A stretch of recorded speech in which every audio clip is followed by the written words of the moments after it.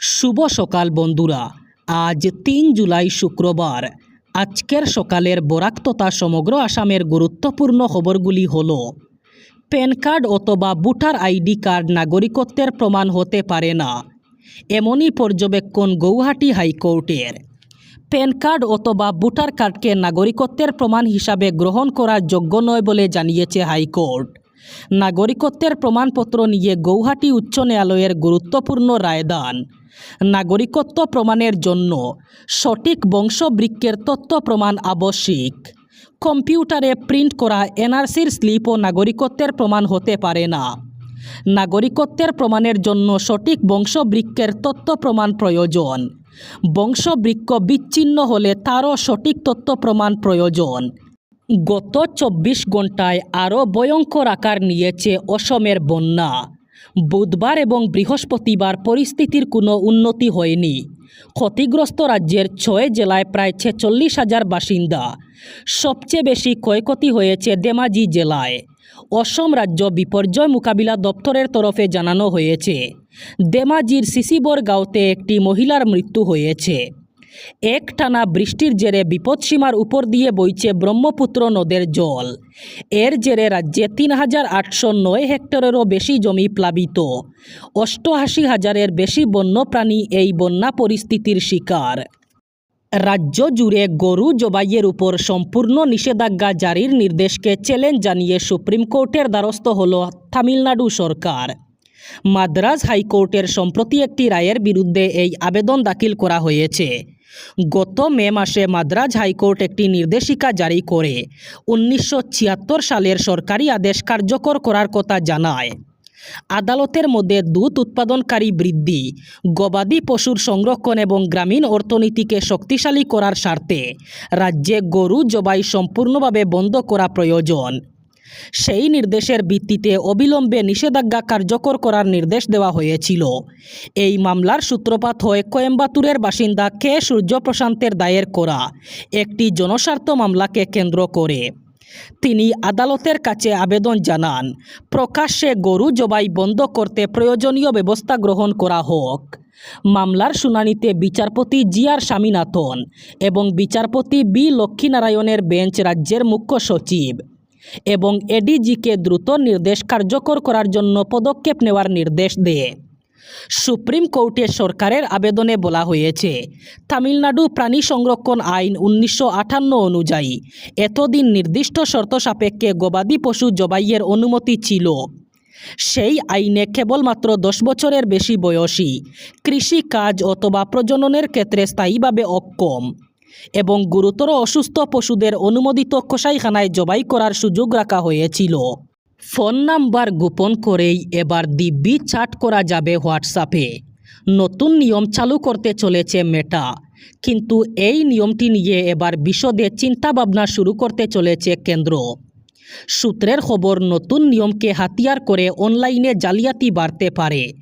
গ্রাহকদের চ্যাটের গোপনীয়তা নিয়েও কেন্দ্রের সংশয় রয়েছে বলে সূত্রের খবর। শোনা যাচ্ছে আপাতত বেসরকারিভাবে এই নতুন নিয়মটি খতিয়ে দেখা হবে। সূত্রের খবর, গ্রাহকদের জন্য ইউজার নেম ফিচারটি শুরু করার আগেই সেটা খতিয়ে দেখবে কেন্দ্র। চ্যাটের গোপনীয়তা সুরক্ষিত থাকবে কিনা সেটা নিয়েও চিন্তার অবকাশ রয়েছে।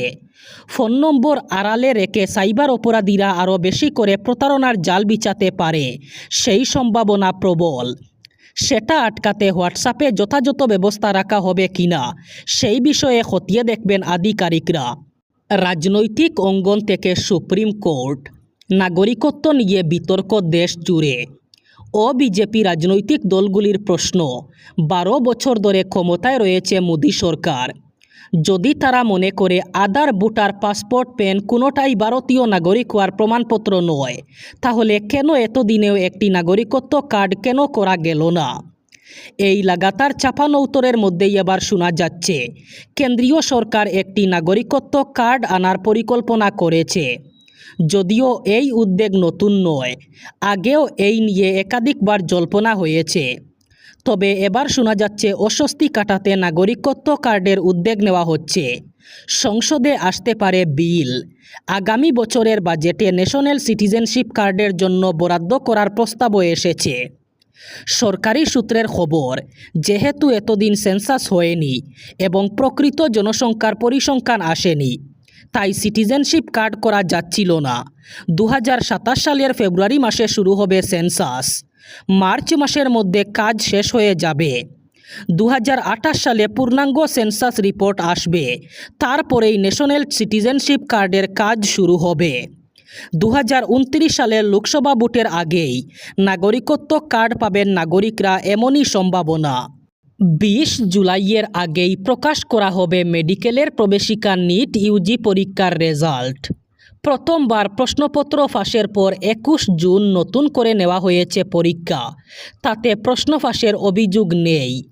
যদিও ভবিষ্যতে যে আর কোনো দিন প্রশ্ন ফাঁসের ঘটনা ঘটবে না, তার নিশ্চিত গ্যারান্টি দিতে পারল পরীক্ষা নিয়ামক সংস্থা ন্যাশনাল টেস্টিং এজেন্সি। শিক্ষা সংক্রান্ত সংসদীয় কমিটির সামনে এ ব্যাপারে তাই প্রশ্নের মুখেও পড়তে হলো এনটিএকে। এদিনে বৈঠকে এনটিএর চেয়ারম্যান প্রদীপ কুমার যোশী, ডিজি অভিষেক সিংহকে ডাকা হয়েছিল।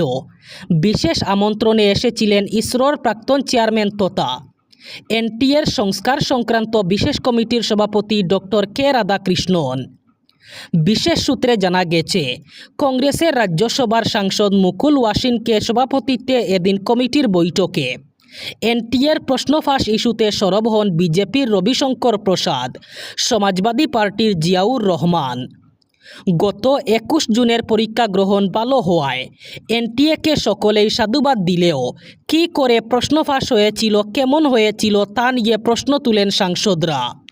পেট্রোল চালিত 2 চাকার যানবাহনের উপর নিষেধাজ্ঞা জারি করল সরকার।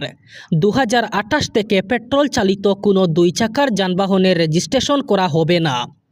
পাশাপাশি 2027 জানুয়ারি মাস থেকে ডিজেল, পেট্রোল এবং সিএনজি চালিত অটোরিকশারও রেজিস্ট্রেশন হবে না বলে জানানো হয়েছে। বিদ্যুতিক যানবাহনের প্রচলন বাড়াতে এবং দেশকে দূষণমুক্ত করতে এই উদ্যোগ নেওয়া হয়েছে। এই সিদ্ধান্ত নিয়েছে দিল্লি সরকার। সম্প্রতি মন্ত্রিসভা দিল্লি ইবি পলিসি 2026 অনুমোদন দিয়েছে। বিশেষ করে রাজধানীকে দূষণমুক্ত করার জন্য এই উদ্যোগ।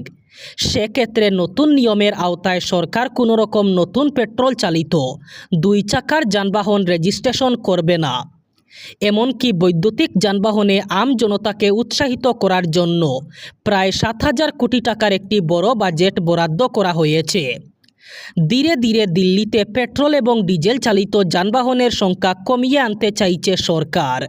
এবার বরাক উপত্যকার 3 জেলার আজকের আবহাওয়ার খবর। আজ 3 জুলাই শুক্রবার বরাক উপত্যকার 3 জেলায় গরম থাকার সম্ভাবনা। আজ শিলচর কাছাড়ে সর্বোচ্চ তাপমাত্রা থাকবে 33 ডিগ্রি সেলসিয়াস এবং সর্বনিম্ন তাপমাত্রা থাকবে 27 ডিগ্রি সেলসিয়াস। শ্রীভূমি করিমগঞ্জে আজ সর্বোচ্চ তাপমাত্রা থাকবে 33 ডিগ্রি সেলসিয়াস এবং সর্বনিম্ন তাপমাত্রা থাকবে 27 ডিগ্রি সেলসিয়াস। একইভাবে হাইলাকান্দি জেলায়ও আজ সর্বোচ্চ তাপমাত্রা থাকবে 33 ডিগ্রি সেলসিয়াস এবং সর্বনিম্ন তাপমাত্রা থাকবে 27 ডিগ্রি সেলসিয়াস। এই ছিল আজকের সকালের গুরুত্বপূর্ণ খবরগুলি। ভিডিওটি অবশ্যই লাইক করবেন এবং চ্যানেলটি সাবস্ক্রাইব করবেন।